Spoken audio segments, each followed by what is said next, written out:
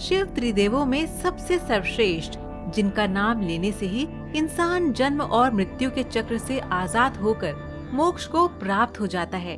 उन्हें पाने के लिए पूजा अनुष्ठान से लेकर तीर्थ तक लोग करते हैं। उनके सभी रूपों का ध्यान करके उन्हें प्रसन्न करने की इच्छा रखते हैं। वैसे तो शिव का हर रूप सुंदर है, लेकिन अघोरी रूप सबसे खूबसूरत है।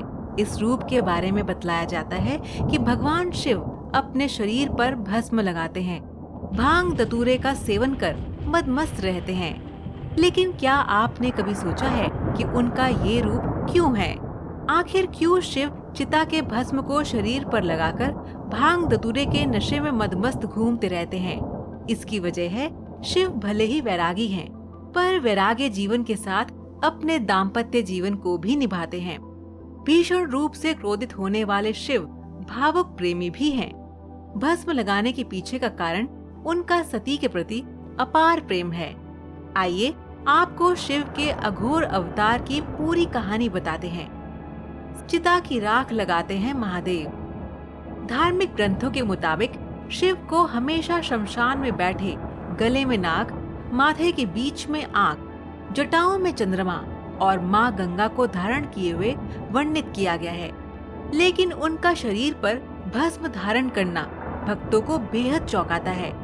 भगवान शिव जो भस्म अपने शरीर पर लगाते हैं, वह किसी धातु या लकड़ी को जलाकर बची हुई राख नहीं होती है। दरअसल वह भस्म जली हुई चिताओं के बाद बची हुई राख है। सती के विरह में भस्मधारी बने बाबा।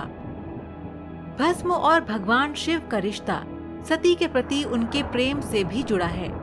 सती के आग में कूदकर जान देने की खबर जब शिवजी को मिली तो वह बेहद क्रोधित हो गए और उनके शव को लेकर भटकने लगे।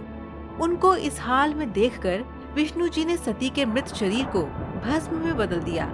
पत्नी वियोग में तड़प रहे शिव ने इस भस्म को अपने तन पर लगा लिया, ताकि इन कणों के जरिए सती हमेशा उनके साथ ही रहें। खुद को मृत आत्मा से जोड़ते हैं। हिंदू मान्यताओं में शिव जी संसार को नष्ट करने वाले हैं। हमेशा शमशान में बैठकर मृत्यु का इंतजार करते हैं। मृत व्यक्तियों को जलाने के पश्चात बची हुई राख में उसके जीवन का कोई कण शेष नहीं रहता। न उसके दुख, न सुख, न कोई बुराई और न ही उसकी कोई अच्छाई बचती है।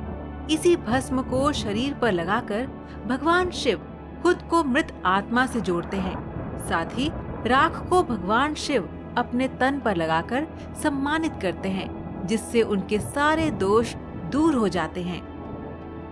तो दर्शकों, आज का सवाल आपके लिए ये है कि क्या आप बता सकते हैं कि शिव जी को भोलेनाथ क्यों कहा जाता है? आप इसका जवाब हमें नीचे कमेंट बॉक्स में दीजिए। हमें आपके जवाब का इंतजार रहेगा। तब तक देखते रहिए समय चक्र।